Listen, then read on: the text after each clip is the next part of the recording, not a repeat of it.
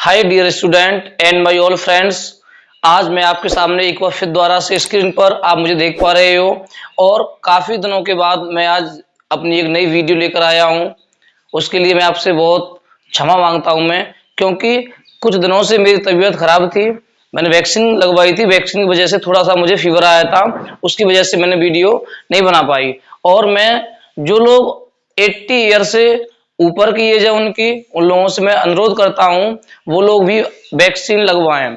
और वैक्सीन की जो अफवाहें फैलाई जा रही हैं उनसे भी बचें, क्योंकि वैक्सीन जो लगाई जा रही है सरकार के द्वारा बहुत ही अच्छी वैक्सीन है वो, जिसे लगवाने के बाद में आप कोरोना को मात दे सकते हैं। जी हाँ, चलिए दोस्तों, अब बात करते हैं चैप्टर नंबर 2।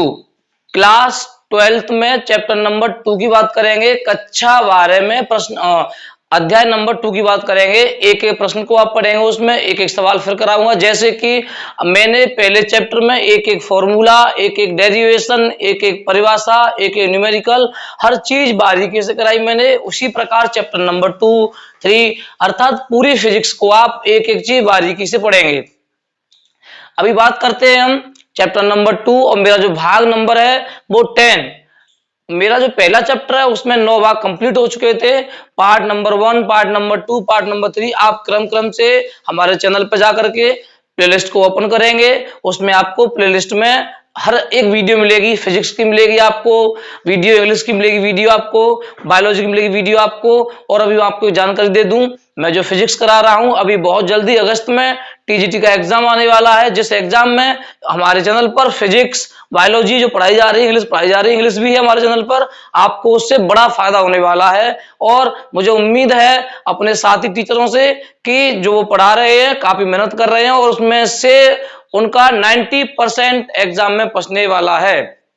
आपका कम टाइम गवाते हुए मैं आपको पढ़ाते जा रहा हूं। तो आप चलते हैं आज की वीडियो की ओर। बात करते हैं चैप्टर नंबर 2, वैद्युत फ्लक्स एंड गॉस की प्रमेय। बड़ा इंपॉर्टेंट चैप्टर है। इस चैप्टर में थे हर साल फिजिक्स में कुछ ना कुछ आता है। सबसे पहले पढ़ते हैं हम एक समतलीय कोण। एक समतलीय कोण की बात करते हैं कि एक समतलीय कोण क्या होता है। इससे पहले मैं आपको एक चीज बता दूं, आपने YouTube पर बहुत सारे वीडियो देखी होंगी। उस वीडियोज में क्या करते हैं, मैंने भी कई वीडियो देखी हैं, उसमें वो लोग जो यूट्यूबर हैं जो पढ़ाते हैं उन्होंने अपना चैप्टर स्टार्ट कर लिया, वो ऐसी जो छोटी छोटी चीजें होती है ना छोड़ करके सीधा वैद्युत फ्लक्स की हेडिंग करा देती है, वैद्युत फ्लक्स कर लीजिए। ऐसा नहीं चलेगा। एक एक चीज मैं आपको बताऊंगा, छोटी छोटी चीज आप सीखोगे जब भी आप आगे कुछ कर पाओगे, जब भी चैप्टर समझ में आपके अच्छे से आएगा। और मैं आपको परिभाषा भी लिखाता हूं मैं। चलिए अब समझते हैं एक समतलीय कोण क्या होता है। कोण के बारे में सभी लोगों ने पढ़ा है कि कोण कोण कोण का मतलब रेडियन कोण, लेकिन ये नहीं पता कि कोण कैसे बनता है, कोण होता क्या है। उससे पहले हम बताऊंगा मैं आपको व्रत। हम लोग व्रत बनाते हैं। व्रत जो होता है सर्किल होता है, गोला होता है, गोले को एक ठोस गोला नहीं बोलते हैं। जैसे मैं अभी यहाँ बना दूं इस प्रकार से, ये जो है एक व्रत बना दिया मैंने, ये व्रत बन गया। लेकिन ये व्रत कैसे बनाइए, जब हमने प्रकार को लिया, प्रकार व्रत बनाने के लिए प्रकार का यूज करते हैं, उसमें अपना कच्ची पेंसिल लगा करके उससे व्रत बनाते हैं। अर्थात इस प्रकार से प्रकार को लगाया जाता है और ऐसे उसे घुमाया जाता है, तो हम कहते हैं कि हम चाप लगा रहे हैं। चाप, जी हाँ, चाप लगा रहे हैं। तो जो एक समतलीय कोण की परिभाषा होती है वो मैं बहुत ही आराम से लिखूंगा बोर्ड पर, आपको समझाऊंगा। जैसे कि मैंने ये व्रत बनाया, थोड़ा सा बड़ा बनाता हूं मैं इसे। ये मैंने एक व्रत बना लिया है, एक व्रत बना दिया मैंने। अब ये व्रत मैंने बनाया है, इस व्रत को बनाने के लिए इसका केंद्र यहां मैंने, यहाँ प्रकार की निब होती है उसे यहां लगाया, और दूसरी पेंसिल की निब है उसे यहां लगा लिया मैंने। और मैंने फिर से घुमाया, यहां से इसे घुमा करके मैं यहां पर लाया। एक साथ घूम के तो धीमे धीमे घूम के आएगी ये। तो मैंने पहले इस जगह से घुमाया, इस बिंदु से, इस बिंदु को मान लेते हैं हम P, इस बिंदु को मान लेते हैं Q, और यहां मान लेते हैं केंद्र O, सेंटर O। तो इसे कहते हैं चाप, इसे बोलते हैं चाप। जी बिल्कुल, चाप बोलते हैं इसे। P से Q तक प्रकार को लगाया मैंने, इस प्रकार से मैंने घुमाया इसे, तो P से Q पर गए, इसे कहते हैं चाप। अब ये जो चाप लगाई है, यहाँ प्रकार की निब थी, पहले निब इस प्रकार से थी, अब यहां से ये घूम करके Q पर पहुंची है ऐसे। अब ये प्रकार की निब है वो ऐसे घुमाया मैंने, यहाँ केंद्र है, केंद्र पे से ऐसे इस घुमा करके मैं यहाँ लेके आया मैं इसे, तो यहाँ जो चाप बन गई है चाप, और चापों के समूह होता है व्रत कहलाता है। चापों को जोड़ जोड़ के व्रत बन जाता है। चापों को जोड़ते हैं क्रम बाय क्रम, एक चाप, दो चाप, तीन चाप, ऐसे करके पूरा व्रत बन जाता है। तो हम कह सकते हैं व्रत की परिभाषा कि चापों को मिला करके जो हमें प्राप्त होगा वो व्रत कहलाएगा। यहाँ जो चाप बनी है ये चाप केंद्र पे कोण बना रही है। यहाँ पर ये व्रत की चाप जो होती है केंद्र पर कोण बनाती है, उसी को नाम दिया गया है एक समतलीय कोण। कि व्रत की चाप, ये चाप को मान लेते हैं हम डेल्टा एस। मैंने पहले बताया था एस तो चाप मान लिया, डेल्टा क्यों लगाया है कि जब बहुत ही छोटी दूरी की बात करते हैं, अब यहाँ दूरी छोटी भी हो सकती है बड़ी भी हो सकती है, तो हम छोटी लेके चलते हैं कि डेल्टा एस जो चाप है पी क्यू एक बहुत ही अल्प अवयव है, अल्प दूरी है ये, तो इसे मैं डेल्टा एस व्यक्त कर लिया है। ये त्रिज्या होती है, यहाँ त्रिज्या, रेडियस त्रिज्या सब जानते हैं। अब यहाँ जो कोण बन रहा है व्रत की चाप जो है पी से की तो जाने जो कोण बनाया जा रहा है उसे बोलते हैं एक समतलीय कोण। आप परिभाषा समझिए एक और द्वारा से कि किसी व्रत की चाप, मैं लिख रहा हूं बोर्ड पर, आप लिखते सकते हो साथ में ही और देख के लिख ले आप। किसी व्रत की चाप व्रत के केंद्र पर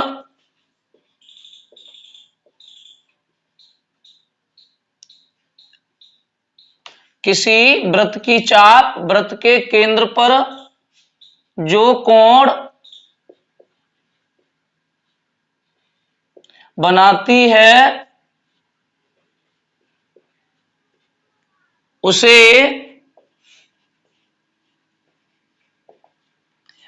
एक समतलीय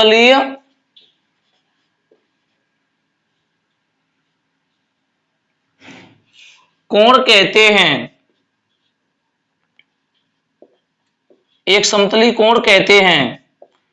ये दोस्तों परिभाषा हुई इसकी कि किसी भी व्रत की चाप व्रत के केंद्र पर जो कोण बनाती है उसे एक समतलीय कोण कहते हैं। इसे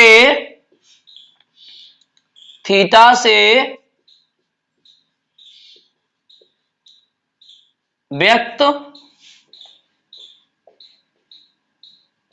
करते हैं। इसमें लिख दिया है मैंने कि एक समतलीय जो कोण होता है कोण को थीटा से व्यक्त किया जाता है, चाप को डेल्टा एस से, त्रिज्या को आर से। अब ये तो आपको परिभाषा आपके सामने है, आप इसे नोट कर सकते हैं, आप इसका स्क्रीनशॉट भी कर सकते हैं। आगे इसका करते हैं फॉर्मूला, इसका लिखेंगे फॉर्मूला, कोण का फॉर्मूला। एक समतलीय कोण का फॉर्मूला जो होता है ये होता है एक समतलीय कोण बराबर, यहां में लिखा नहीं एक समतलीय, लेकिन एक समतलीय कोण का फॉर्मूला होता है एक समतलीय कोण बराबर चाप बटे त्रिज्या। एक समतलीय कोण बराबर चाप बटे त्रिज्या। ये तो हिंदी में लिख दिया मैंने, प्योर हिंदी में, लेकिन हम इसे शॉर्ट फॉर्म में लिखते हैं अपने समय को बचाने के लिए, पेन को बचाने के लिए। तो कोण को व्यक्त करते हैं थीटा से, चाप को व्यक्त कर लिया डेल्टा एस से, और त्रिज्या को व्यक्त कर लिया आर से। ये जो होता है formula theta equal delta S upon R. अब बात करते हैं इसके मात्रक की कि कोण का मात्रक क्या होता है। कोण का मात्रक रेडियन होता है। जी बिल्कुल रेडियन, रेडियन होता है। कोण का जो मात्रक होता है रेडियन, ये पूरक मात्रक में आता है। 11th क्लास में मेरी वीडियो बना रहा हूं मैं, उसमें भी मैंने बताया कि कोण का जो मात्रक होता है रेडियन होता है, एक घनकोण का मात्रक होता है स्टेरेडियन होता है। ये दो मात्रक पूरक मात्रक में आते हैं। अभी ये जो है मैंने एक समतलीय कोण के बारे में आपको परिभाषा, उसका डायग्राम बनाया मैंने, फॉर्मूला करा दिया और मात्रक करा दिया। इसके बाद में पढ़ेंगे हम घनकोण, बिल्कुल पढ़ेंगे घनकोण। जब तक आप इसका स्क्रीनशॉट कर लीजिए।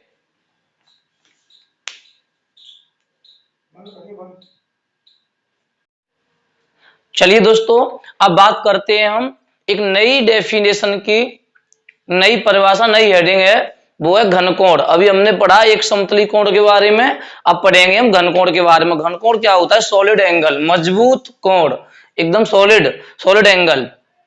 तो लिखता हूं मैं यहां घनकोण। घनकोण इसको इंग्लिश में कहा जाता है सॉलिड एंगल। चलिए इसका सिंबल होता है वो होता है ओमेगा। घन कोण को ओमेगा से व्यक्त करेंगे वो बताऊंगा मैं आपको। अभी जैसे मैंने बताया आपको, किसी वृत्त की चाप वृत्त के केंद्र पर जो कोण अंतरित करती है उसे बोलते हैं हम एक समतली कोण, theta equal delta S upon R. अभी बात करते हैं मजबूत कोण की, एक घन कोण की। तो इसमें हम एक ठोस गोला लेते हैं। जैसे मैंने ये लिया एक ठोस गोला, ये गोला जो है ठोस है एकदम से,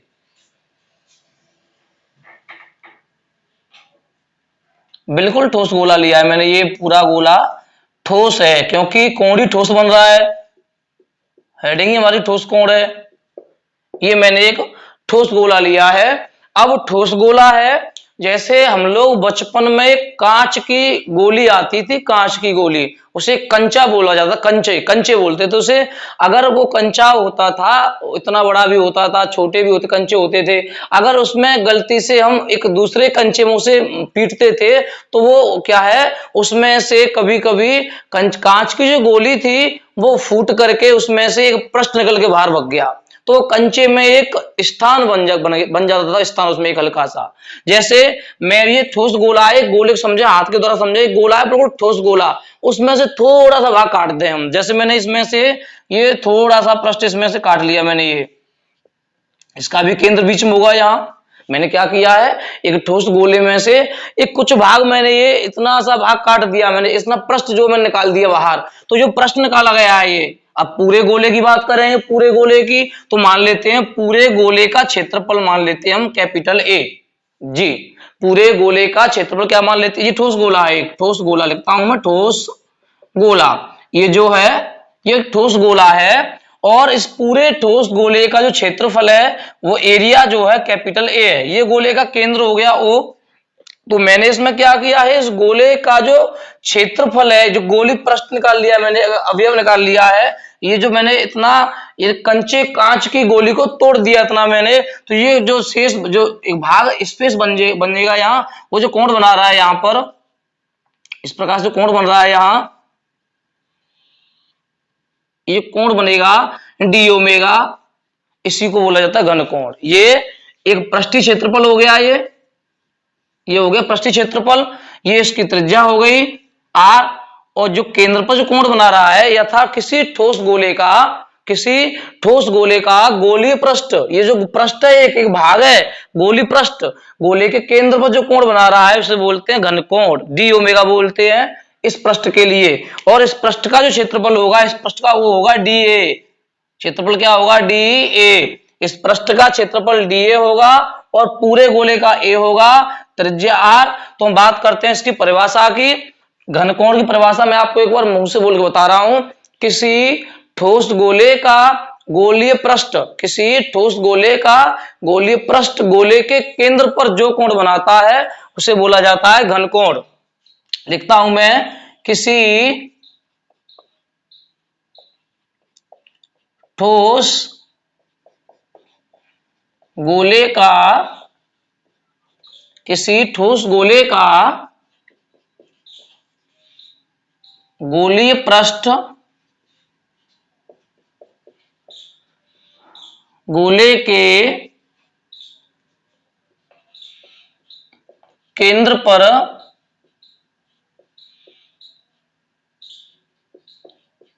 जो कोण बनाता है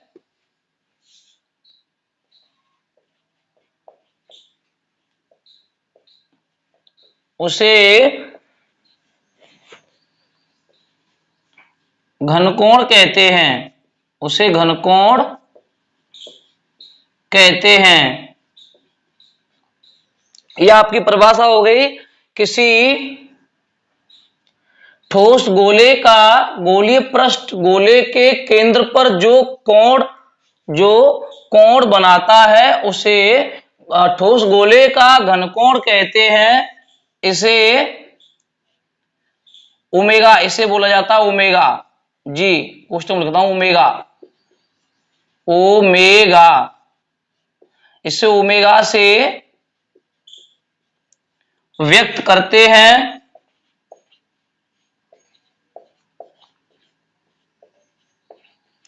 अब बात करते हैं इसके फॉर्मूले की। जैसे एक समतली कोण का फॉर्मूला होता है, ऐसे इसका भी फॉर्मूला होता है। इसका फॉर्मूला होता है D omega equal D A upon are square. ये इसका फॉर्मूला होता है D omega equal D A upon are square. मैंने डी ए क्यों लिया है? क्योंकि गोलीय पृष्ठ का क्षेत्रफल भी डी ए है और डी, जब क्षेत्रफल छोटा होगा तो कोण भी डी बनेगा। डी का मतलब होता है डिफरेंस, बहुत कम परिवर्तन के लिए लगाते हैं डी को। तो यहाँ जो है डी का प्रयोग, डेल्टा का प्रयोग जब भी करते हैं जब कोण या दूरी बहुत छोटी, जब छोटी भौतिक राशि की बात करते हैं तो डी या डेल्टा प्रयोग कर लेते हैं वहां। तो यहाँ पर जब क्षेत्रफल डी ए है तो कोण भी डी ए बनेगा, लेकिन त्रिज्या तो इसमें समान रहेगी। जब बात करें रेडियस की, त्रिज्या ना कम होती है वृत्त के अंदर, ना घटेगी ना बढ़ेगी। अब यहाँ एक काम करते हैं, परंतु संपूर्ण गोले के लिए, अगर हम पूरे गोले की बात कर लें, पूरे गोले की, संपूर्ण गोले के लिए ये तैयार होगा तुम्हारा डी हट जाएगी, अब omega equal A upon are square. ये आपका फॉर्मूला होता है घनकोण का। और इससे आगे और भी हम बढ़ा सकते हैं, यहां भी हम लिख सकते हैं, क्या लिख सकते हैं? ए होता है क्षेत्रफल और ठोस गोले का क्षेत्रफल होता है 4 पाई आर स्क्वायर। ये मैथमेटिक्स में होता है कि ठोस गोले का क्षेत्रफल ए बराबर 4 पाई आर स्क्वायर। तो यहाँ ए का मान लगा देंगे हम, देन तब ओमेगा इक्वल ए की value 4 pi r square upon are square, r square से r square cancel, omega equal 4 pi. अब बात कर लेते हैं इसके मात्रक की, तो यहां लिखते हैं स्टार लगा करके, घनकोण का मात्रक स्टेरेडियन होता है, स्टेरेडियन होता है। जी हाँ, घनकोण का मात्रक जो होता है स्टेरेडियन और कोण का होता है रेडियन, घनकोण का स्टेरेडियन। ये आपका घनकोण की परिभाषा, उसका डायग्राम बनाया मैंने, उसके फॉर्मूले, ये संपूर्ण पृष्ठ के लिए यहाँ जो है ए का मान लगाने के बाद में ओमेगा की वैल्यू 4 पाई प्राप्त हुई हमें, पाई का 4 गुना घनकोण जो का जो मात्रक होगा स्टेरेडियन होगा। चलिए आप लोग इसका जब तक स्क्रीनशॉट करिए।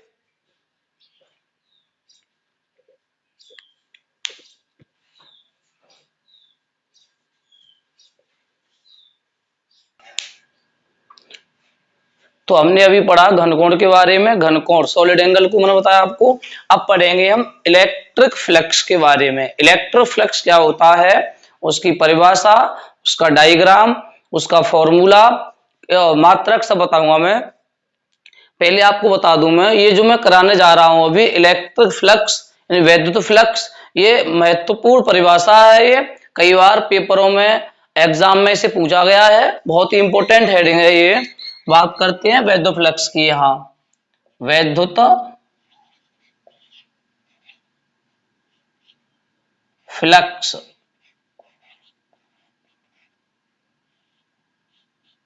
देखिए दोस्तों, ये है इलेक्ट्रिक फ्लक्स और इसका सिंबल जो होता है वो होता है फाई। इसके बगल से सफिक्स में लिखेंगे ई, फाई ई। जी, इसका सिंबल होता है फाई ई। ये जो ई बना हुआ है, ई का मतलब इलेक्ट्रिक से है और फाई का मतलब फ्लक्स से है। या ई जो है बिल्कुल फाई के साइड से लगाना है आपको, इसे सफिक्स बोलते हैं। तो यहां हम इसकी बात करते हैं कि इलेक्ट्रिक फ्लक्स क्या होता है। इससे पहले मैं तुम्हें बता दूं कि मैंने पिछली जो वीडियोज थी मेरी, उसमें बताया था मैंने आपको वैद्युत बल रेखाएं। जी हाँ, वैद्युत बल रेखाएं बताई थी मैंने आपको।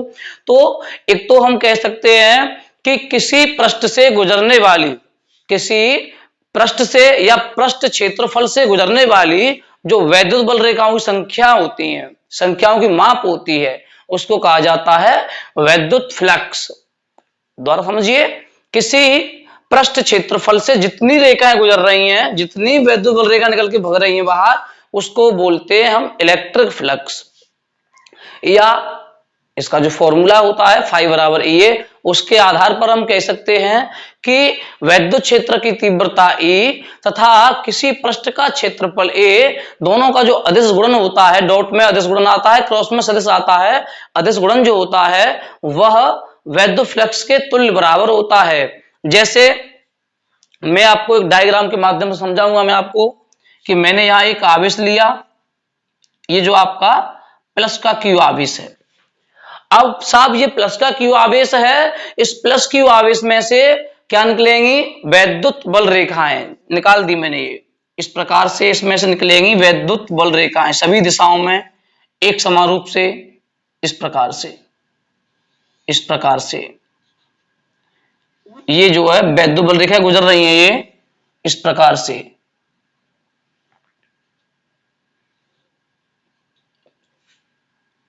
वीडियो जो मेरी है इसकी लिंक अपने दोस्तों पर शेयर करते रहें, जिससे कि ज्यादा से ज्यादा लोग इसका फायदा ले पाए। ये मैंने कोई एक आवेश लिया, मैंने प्लस के क्यू आवेश है, इसमें से ये निकल रही है वैद्युत बल रेखा निकल साहब ये। अब वैद्युत बल रेखाओं की संख्याओं की माप, एक साहब समझिए पॉइंट वाली बात है ये कि परिभाषा लिखा दी गुरुजी ने कि वैद्युत बल रेखाओं की संख्या की माप जो होती है उसे बोलते हैं वैद्युत फ्लक्स, बोलते हैं, बिल्कुल बोलते हैं। लेकिन ये सभी वैद्युत बल रेखाओं की संख्या की माप संख्याएं को क्या हम सभी को बोलेंगे वैद्युत फ्लक्स? नहीं बोलेंगे। यहां हम ये देखते हैं कि क्षेत्रफल कितना लिया जा रहा है, तो यहां बात कर लेते हैं एक पृष्ठ क्षेत्रफल की। यहां ऐसे ये जो मैंने लिया पृष्ठ क्षेत्रफल, ये अब इस वाले पृष्ठ क्षेत्रफल में इसका जो क्षेत्रफल है A1 मान लू, मैं A1 कर लूंगा अभी। इसका जो ये फ्लक्स हो गया φ1, इस वाले पृष्ठ से रेखा गुजर रही है 1 2 3 4 5, ये तो मैंने समझाने के लिए कर लिया है। रेखा 5 भी हो सकती है, 6 भी हो सकती है। तो ये जो पृष्ठ है, ये जो पृष्ठ है इसका क्षेत्रफल मान लेता हूं मैं A1 क्षेत्रफल है, इसका क्षेत्रफल A1 हो गया। तो A1 क्षेत्रफल से जो वैद्युत फ्लक्स गुजरेगा वो φ1 मान लिया मैंने ये। अगली बात करें हम दूसरे पृष्ठ की, एक पृष्ठ मैंने ये लिया है, ये लिया मैंने पृष्ठ, इसमें रेखाएं 1 2 3, तीन रेखाएं इसके अंदर है, इसके अंदर 5 1 2 3 4 5। तो जहां ज्यादा बल रेखाएं होंगी, एक बार प्रश्न आया था एक एग्जाम में कि वैद्युत बल रेखाओं की संख्या है जहां पर ज्यादा होंगी वहां वैद्युत फ्लक्स कैसा होगा? ऑप्शन दिया था उसमें कुछ इस तरीके का प्रश्न था कि वैद्युत बल रेखा इसमें ज्यादा इसमें कम है तो फ्लक्स ज्यादा कहां होता है? तो मैं आपको बता दूं कि जहां वैद्युत बल रेखाओं की संख्या अधिक होगी वहां वैद्युत फ्लक्स भी अधिक होगा, और जहां वैद्युत बल रेखाओं की संख्या कम होगी वहां इलेक्ट्रिक फ्लक्स भी कम होगा। तो यहां पर बल रेखाओं की संख्या 1 2 3 4 5, A1 एरिया में वैद्युत फ्लक्स φ1 है, और ये जो एरिया A2, इस एरिया में रेखाएं 1 2 3 रेखाएं, इसका फ्लक्स मान लेते हैं हम φ2। अब चित्र में φ1 की जो वैल्यू है φ2 से ज्यादा है। जो φ2 फ्लक्स है वो 3 रेखाओं का है और φ1 फ्लक्स है वो 5 रेखाओं का है। तो बड़ी वैल्यू कौन सी? φ1 बड़ी हुई है, φ1 वैल्यू। तो हम कहेंगे कि वैद्युत फ्लक्स जो होता है, वैद्युत फ्लक्स जो होता है वो उसी का ज्यादा होगा जहां रेखाएं ज्यादा होंगी, उस एरिया में रेखा ज्यादा होंगी।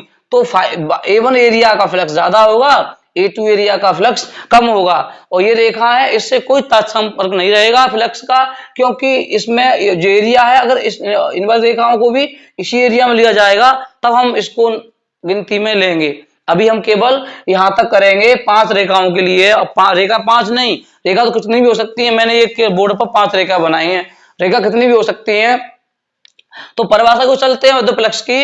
इसकी परिभाषा होगी कि किसी पृष्ठ क्षेत्रफल से, ये क्या है?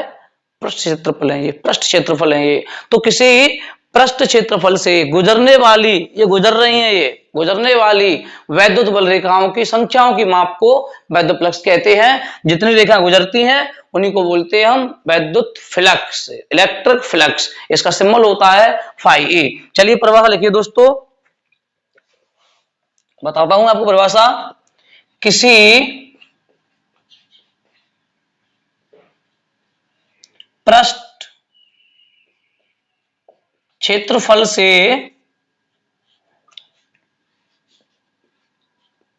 किसी पृष्ठ क्षेत्रफल से गुजरने वाली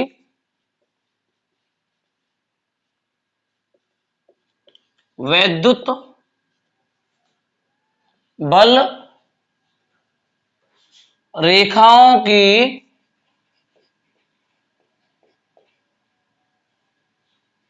वैद्युत बल रेखाओं की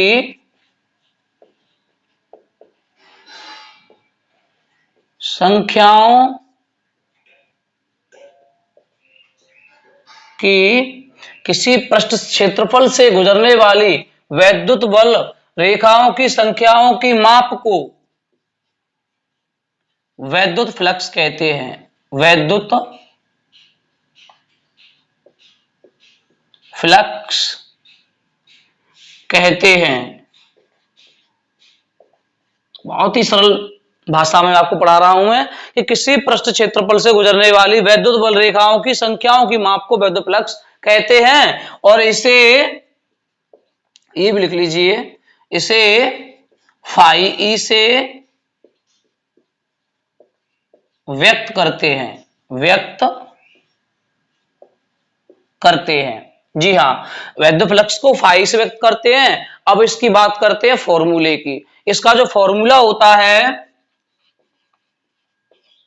वो होता है फाई इक्वल ई इंटू ए। जी हाँ, वैद्युत फ्लक्स का फॉर्मूला होता है फाई इक्वल ई इंटू ए। अब मैं आपको बता दूं कि गुरुजी ने आपको पढ़ा दिया है कि इसका जो वैद्युत फ्लक्स का फॉर्मूला होता है फाई इक्वल ई इंटीग्रेशन ए। एक चिन्ह होता है इंटीग्रल का, इस प्रकार से चिन्ह होता है कि ऐसे करके phi E equal integration E vector D A. अब गुरुजी ने ये तो बता दिया कि साहब ये इंटीग्रेशन समाकलन आता है ये, लेकिन ये नहीं बताया गुरुजी ने कि ये आता क्यों, ये समाकलन का प्रयोग क्यों। मैंने यहाँ इंटीग्रेशन लगाया नहीं। इसका मतलब सीधा अर्थ होता है कि जब समाकलन प्रयोग कर लिया है, इसका मतलब है कि जो वैद्युत क्षेत्र है वो एक समान नहीं होगा, एक समान नहीं होगा है। अगर जहां वैद्युत क्षेत्र एक समान नहीं होगा वहां पर हम इंटीग्रेशन का प्रयोग करते हैं, फिर उस संपूर्ण के लिए भी इसे हटा करके हम इस रूप में लिख लेते हैं। अगर वैद्युत क्षेत्र एक समान है, अगर वैद्युत क्षेत्र एक समान होगा उस स्थान पर हम फाई ई इक्वल ई का प्रयोग कर लेते हैं। और वेक्टर तो आपको पता ही इसलिए लगाया जाता है, जो राशियां वेक्टर राशि होती हैं, सदस्य राशियां होती हैं, उनको व्यक्त करने के लिए वेक्टर का प्रयोग करते हैं। लेकिन समस्या उससे ही बड़ी समस्या बता दूं मैं आपको कि ये डी ए क्षेत्रफल के ऊपर मैंने लगा दिया है वेक्टर। मालिक सर ने पढ़ाया था गुरुजी ने कि क्षेत्रफल राशि होती है अदिश और इस पर मैंने लगा दिया वेक्टर। समस्या बहुत गंभीर है ये। मैंने यहाँ वेक्टर क्यों लगा दिया है, जबकि क्षेत्रफल जो राशि है वो अदिश राशि होती है और यहाँ क्षेत्रफल वेक्टर लगा दिया है मैंने, जबकि अदिश राशि होने पर वेक्टर का प्रयोग नहीं कर सकते हम। अब यहाँ पर मैंने वेक्टर लगा दिया है। बड़ा विवाद का मामला है यहाँ तो, क्या करें साहब, छोड़ दें इसे, समझा दें, ठीक है। अब बात करते हैं डीए वेक्टर की। जी, डीए वेक्टर की मैंने अब क्षेत्रफल वेक्टर क्यों लगाया है। देखिए, अगर हम किसी बिंदु पर अगर क्षेत्रफल को किसी बिंदु पर लंबवत लिया जा रहा है, अगर मैंने किसी बिंदु पर, जैसे कि मैं यहां एक गोला लूं, ये गोला बना लिया मैंने, ठोस गोला, इस ठोस गोले पर यहां एक बिंदु लिया मैंने, ये बिंदुगामी क्षेत्रफल लिया मैंने। अगर क्षेत्रफल बिंदुगामी है, अगर बिंदुगामी है किसी दिशा में है, लंबवत है, इस प्रकार से अगर क्षेत्रफल किसी बिंदु पर लंबवत ले रहे हैं, लंबवत क्षेत्रफल लेंगे, तो वहां क्षेत्रफल को व्यक्त करने के लिए हम वेक्टर का प्रयोग करेंगे। जी हाँ, वेक्टर का प्रयोग करेंगे। अगर क्षेत्रफल किसी बिंदु पर लिया गया है तो, अगर क्षेत्रफल किसी बिंदु पर लिया गया है तो आप वेक्टर का प्रयोग उस पर कर सकते हैं, क्योंकि क्षेत्रफल बिंदुगामी है, लंबवत है, उसकी दिशा है, उसकी डायरेक्शन है। अगर क्षेत्रफल करें पूरा गोले का लें, पूरे गोले का, तो हम वेक्टर नहीं लगा सकते, कभी भी किसी आलम वेक्टर नहीं लगा सकते। जैसे यहाँ फाई इक्वल ई, हम यहाँ ई पर वेक्टर लगा सकते हैं, ए पर वेक्टर नहीं लगाएंगे, क्योंकि ये संपूर्ण के लिए फॉर्मूला होता है, ये संपूर्ण पृष्ठ के लिए होता है, पूरे पृष्ठ के लिए। तो पूरे पृष्ठ के लिए क्षेत्रफल, बड़ा क्षेत्रफल आएगा, बहुत बड़ा एरिया आएगी, उस एरिया में वेक्टर का प्रयोग नहीं करेंगे। अगर क्षेत्रफल छोटा है, किसी बिंदु पर लंबवत परपेंडिकुलर लंबवत बाहर की ओर है, तो वहां हम वेक्टर का प्रयोग कर लेंगे। तो ये हो गया तुम्हारा फॉर्मूला वैद्युत फ्लक्स का, फाई ई इक्वल इंटू ए। अब बात करते हैं हम इसकी, अगर कोई पृष्ठ, यदि पृष्ठ वैद्युत क्षेत्र के साथ थीटा कोण बनाए, अगर जो पृष्ठ जो है, अगर पृष्ठ जो है क्षेत्र, ये वैद्युबल रेखा है, इनसे वैद्युत क्षेत्र बनता है। अगर ये थीटा कोण पर है, ये अगर यहाँ थीटा कोण बना है ये पृष्ठ, ये तो जो फॉर्मूला होगा वो बनेगा फाई ई इक्वल ई ए कोस थीटा। आपका समय खराब ना करते हुए बता रहा हूं मैं आपको कि अगर पृष्ठ जो है वैद्युत क्षेत्र के साथ थीटा कोण बना रहा है, अगर प्रश्न में थीटा का मान दिया है, न्यूमेरिकल करने के लिए थीटा की वैल्यू दी गई है, तो वहां फाई ई इक्वल ई ए कोस थीटा का प्रयोग कर लेंगे। अब बात करते हैं इसके मात्रक की। ये परिभाषा हो गई, ये इसका फॉर्मूला हो गया, ये कोणीय स्थिति में हो गया, कोण दिया हो तो। अब इसका मात्रक बनाएंगे, वैद्युत फ्लक्स का मात्रक, इंपॉर्टेंट है मात्रक भी इसका, वैद्युत फ्लक्स का मात्रक। भाइयों मात्रक कैसे बनाते हैं? फॉर्मूले से ही। जैसे फाई बराबर ई, फॉर्मूला है, ई होती है वैद्युत क्षेत्र की तीव्रता, इसका मात्रक होता है न्यूटन प्रति कूलाम। ई बराबर एफ अपॉन क्यू, न्यूटन प्रति कूलाम। ये तो मैंने ई का मात्रक लगा दिया, इनटू है ए होता है क्षेत्रफल, इसका मात्रक होता है मीटर स्क्वायर, मीटर स्क्वायर। तो ये आपका बन गया मात्रक। क्या बन गया? ये मात्रक हो गया। ये अगर आपसे पूछा जाए कि वैद्युत फ्लक्स का मात्रक बताइए, न्यूटन बट्टे कूलाम इनटू मीटर स्क्वायर। अब बात करते हैं इसकी विमा की, वैद्युत फ्लक्स की विमा, विमी सूत्र, वैद्युत फ्लक्स का विमीय सूत्र। अब इसका विमीय सूत्र कैसे निकालेंगे? आप फॉर्मूले से निकाल सकते हो कि ई की विमा याद हो आपको और ए की विमा याद हो आपको, तो उनकी मान लगा के विमा सॉल्व कर लेंगे। लेकिन यहाँ मैं मात्रक के अकॉर्डिंग निकाल के बताऊंगा आपको। न्यूटन बल का मात्रक होता है, बल की विमा होती है mLT माइनस के 2। विमा को हमेशा कैपिटल अक्षरों से और कैपिटल कोष्टक में लिखते हैं, अपॉन कूलाम की विमा होती है 80 इंटू मीटर की विमा होगी L स्क्वायर, क्योंकि मीटर का वर्ग है, वर्ग करना पड़ेगा हमें यहाँ। आगे देखिए, अब इससे आपको आराम से सॉल्व करना है। m इसमें और तो m कहीं है नहीं, तो m लिखा मैंने, इसमें l, इसमें l कहीं है, ये दो L2 है, तो L2 का L1 से मल्टीप्लाई करेंगे तो L3 होगा ये। अब देखिए t माइनस के 2 है और नीचे t और एक और, अगर नीचे वाली t को ऊपर ले जाएंगे तो माइनस की हो जाएगी ये, और दो पहले से माइनस के ऊपर बैठी हुई है, तो माइनस के 3 t माइनस 3, ऐसी a है, अगर a को ऊपर ले जाएंगे तो ये भी माइनस की हो जाएगी, a माइनस के 1। ये आपकी हो गई विमा।